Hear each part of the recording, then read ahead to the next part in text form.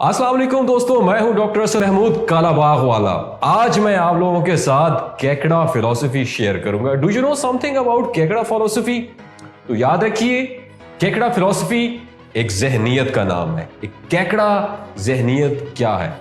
एक माहीगीर समुंदर में मछलियां पकड़ने गया तो उसके जाल में मछलियों के साथ साथ बहुत से केकड़े भी आ गए। वो मछलियों और केकड़ों को अलग अलग टोकरियों में रखता चला गया और अपना काम खत्म करने और थोड़ा आराम करने के बाद उसको ख्याल आया कि उसने केकड़ों की टोकरी को बंद नहीं किया था। उसको लगा केकड़े टोकरी से बाहर निकल गए होंगे, लेकिन जब उसने टोकरी में देखा तो अजीब मंजर था।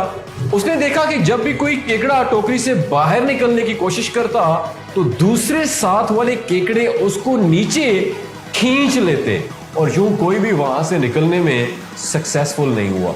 क्या आपको लगता है कि हमारे इंसानों में भी ऐसे रवैये पाए जाते हैं? नफ्सियात की रूह से ऐसे रवैये को केकड़ा फिलॉसफी, केकड़ा ज़हनियत कहा जाता है, जिसमें लोग खुद गर्जी, दूसरों को नुकसान पहुंचाने और हसद का मुजाहरा करते हैं। क्या आपको कभी ऐसा महसूस हुआ है कि आपके ऑफिस में, वर्क प्लेस में आपके प्रमोशन का क्रेडिट आपकी अनथक मेहनत को देने की बजाय उसको फेवरेटिज्म करार दिया जाता हो? अगर आपका जवाब हाँ में है तो यकीनन आपके इर्द गिर्द केकड़ा जहनियत वाले लोग मौजूद हैं। अब सवाल ये पैदा होता है कि केकड़ा जहनियत पैदा होने की वजूहात क्या हैं? माहिर नफ्सियात कार्ल डेविड इसको फिक्स्ड माइंडसेट का नाम देती हैं। लोग अपनी काबिलियत, जहानत और तख्लीकी सलाहियतों के बारे में ये यकीन रखते हैं कि इनमें इजाफा नहीं हो सकता।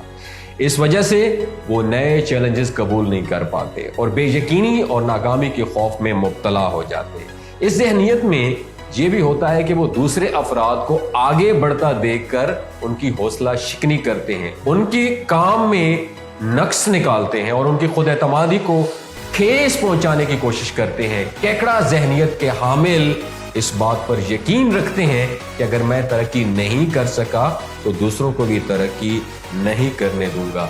ये बात जहन में जरूर रखें कि बाज़ औक़ात हम भी केकड़ा जहनियत में मुब्तला हो सकते हैं। हम समझते हैं कि हम ऐसी सोच नहीं रखते और हमारे साथ ऐसा कोई मसला नहीं है। केकड़ा जहनियत दिमाग में पाए जाने वाले केमिकल, जिसे हम डोपामीन कहते हैं, उसकी मिकदार को बढ़ा देते हैं और इंसान को वक्ती खुशी फराहम करती है, लेकिन इसके असरात इंसान पर बहुत मनफी होते हैं। जब इंसान किसी से हसद और रकावत महसूस करता है तो वो मनफी रवैयों का इजहार कर रहा होता है।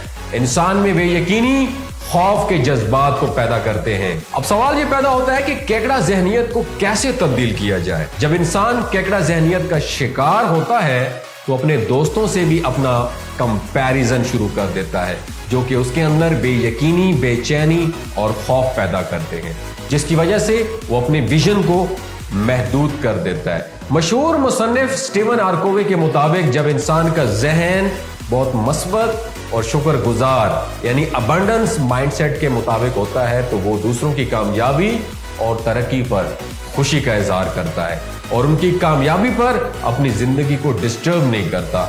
ये जहनी रवैया उस वक्त नमू पाता है जब इंसान अपनी काबिलियत पर यकीन और एतमाद रखता है। माहिर नफ्सियात कार्ल डेविड ग्रोथ माइंडसेट के बारे में ये बात करती हैं, जिसके मुताबिक इंसान अपनी सलाहियतों को अपनी कोशिशों, तर्ज अमल और दूसरों की मदद से बढ़ा सकता है। इस मकसद के लिए मुख्तलिफ लायामल इख्तियार किए जाते हैं। पहला लायामल, सबसे पहले इंसान को अपनी शख्सियत में ये तब्दीली लाना होगी कि वो दूसरों की हौसला शिकने के बजाय उनकी हौसला अफजाई करे। जब इंसान दूसरों के साथ मस्बत रवैया इख्तियार करता है तो उसकी अपनी जात में सुकून और ठहराव आ जाता है और उसको अपनी जिंदगी का मकसद समझ आ जाता है। नंबर 2, जो इंसान हर वक्त शुक्रगुजारी की प्रैक्टिस करता है वो एक बेहतरीन माइंडसेट का मालिक होता है।